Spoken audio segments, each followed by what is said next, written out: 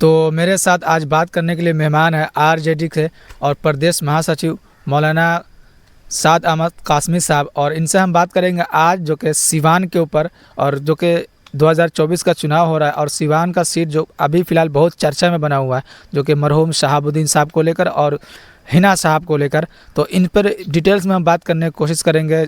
RJD के leader भी है और इनसे डिटेल्स में जानेंगे कि टिकट क्यों नहीं मिला या कैसे, क्या रीज़न है, क्या बात हुआ, इन सब पर जानने की कोशिश करेंगे। क्योंकि पब्लिक जो है और ख़ास तौर से अक़लियत की अगर बात करते हैं तो उनके साथ मरहूम शहाबुद्दीन साहब के साथ एक सहानुभूति है, एक जुड़ाव है, और बहुत सारे लोग नाराज़ भी इस बात से कि हिना साहब जो है उनको टिकट पार्टी की तरफ से ऑफ़र नहीं किया गया। तो क्या ऑफ़र किया गया या नहीं किया गया, इस पर हम चर्चा करेंगे इनसे। तो बहुत बहुत आपका स्वागत है। बहुत बहुत शुक्रिया।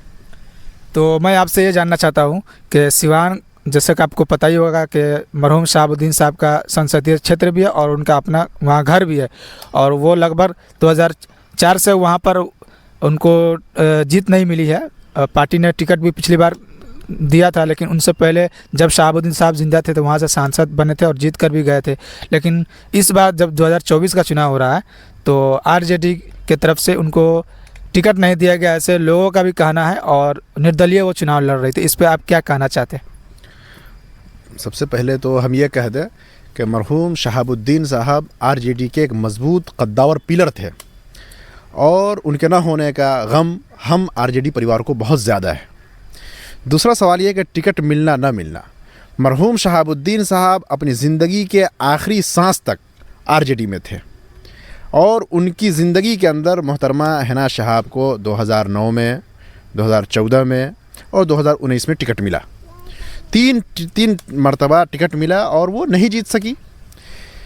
मरहूम शहाबुद्दीन साहब के इंतकाल के बाद उनकी अहलिया ने अपने आप को आरजेडी से अलग कर लिया, और उसके बाद वो सदस्य भी नहीं रही, और कई मीडिया में कई जगह उन्होंने कहा कि मेरा अब किसी पार्टी से कोई ताल्लुक़ नहीं है। जैसे ये अलग होने का कारण ये बताया जाता है, जैसे मरहूम शहाबुद्दीन साहब का जब इंतकाल हुआ कोरोना के समय, तो आरजेडी के बड़े बड़े लीडर जो उस टाइम वो दिल्ली में भी मौजूद थे, जैसे कि तेजस्वी यादव भी और लालू यादव भी, जो कि दिल्ली में मौजूद थे, फिर भी मतलब उनका जो दफन का जो सिलसिला काम हुआ उसमें वो नई मौजूदगी अपने जाहिर की है, वहाँ पर जाने का काम नहीं किया, जिससे अक़लियत समाज जो काफ़ी नाराज़ हुए, और उसके बाद से कहीं ना कहीं दूरी जो है बढ़ती चली गई, और लास्ट में 2024 का चुनाव जो कि वो निर्दलीय लड़ने का फ़ैसला किया।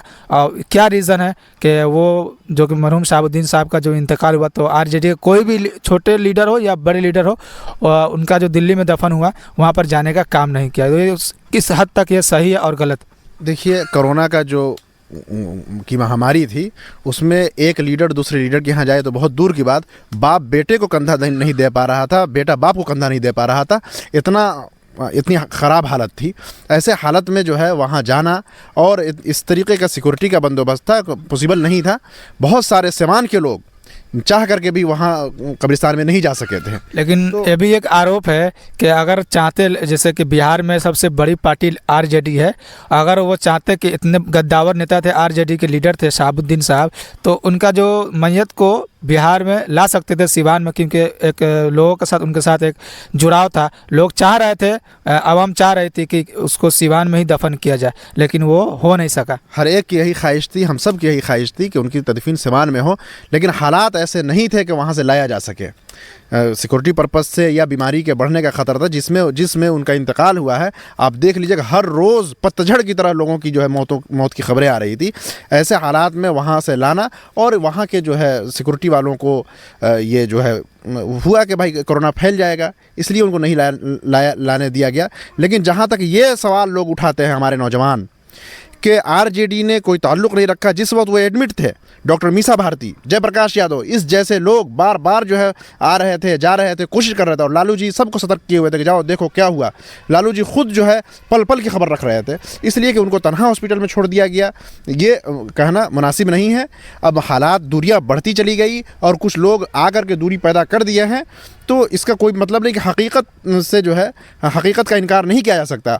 लालू यादव पल पल की खबर रख रहे थे, और आज भी उस परिवार के साथ लालू यादव का एक मजबूत रिश्ता है। लालू यादव ने इसीलिए टिकट को होल्ड करके रखा और उन्होंने ऑफ़र किया कि आप चुनाव लड़ लीजिए, लेकिन उन्होंने ऐसा समझा कि मुझे निर्दलीय चुनाव लड़ना मेरे लिए आसान होगा, तो वो निर्दलीय लड़ रही है।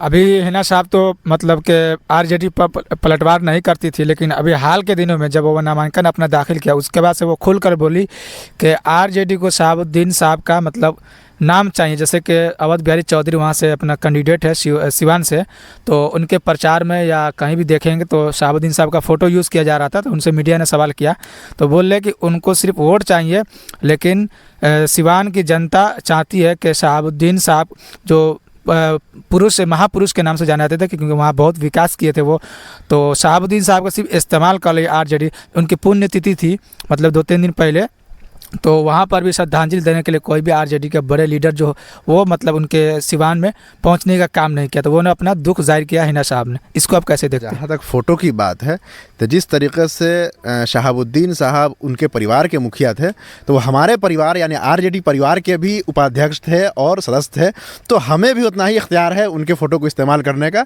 इस पर जो है उनको कोई आपत्ति करने का हक़ नहीं है, या किसी को भी। वो हमारे लीडर थे, हमारे सांसद रह चुके थे और हमारे नेता लालू प्रसाद यादव बल्कि हमारी पार्टी के फाउंडर सदस्यों में थे, इसलिए हमको तो उनको फ़ोटो इस्तेमाल करना है, जहाँ ज़रूरत पड़ेगी हम करेंगे इस्तेमाल।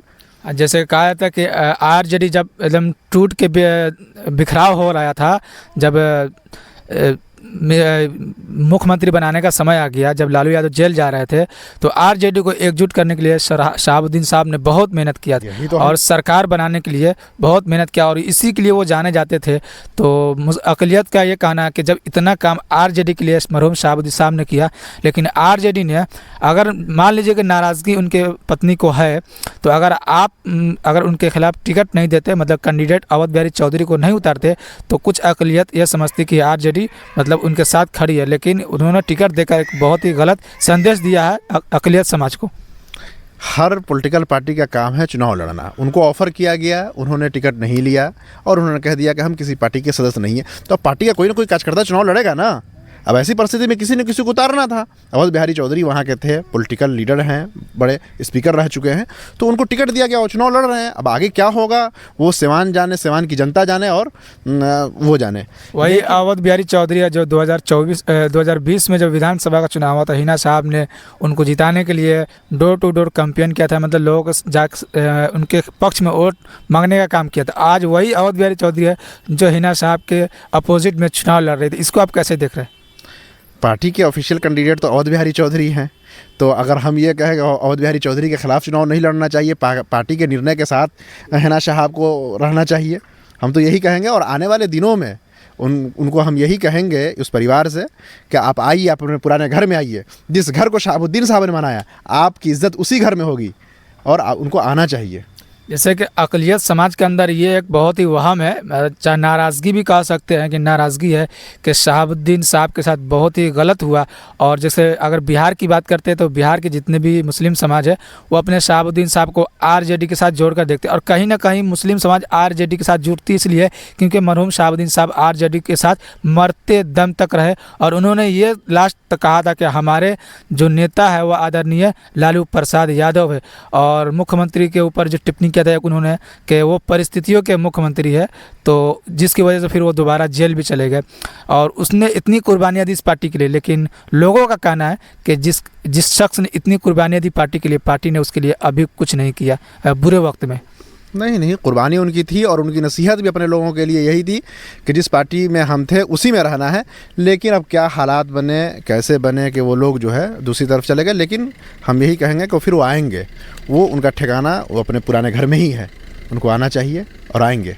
अच्छा, अगर बात करते हैं ओसामा साहब का, तो उससे मतलब कि बताया जा रहा था कि वो हो सकता है कि 2025 का विधानसभा का चुनाव लड़े, और बीच में बहुत सारा चर्चा भी चल रहा था कि उनको राज्यसभा भेजने के लिए हिना साहब को। तो इस पे क्या हुआ कुछ कि मैटर को मतलब आप लोग सॉल्व नहीं कर पाए? ना, ये सब तो कुछ नहीं। जब उन्होंने अपने आप को पार्टी से अलग कर लिया था, तो फिर राज्यसभा जाने न जाने, असेंबली में रहने न रहने कोई मतलब नहीं है।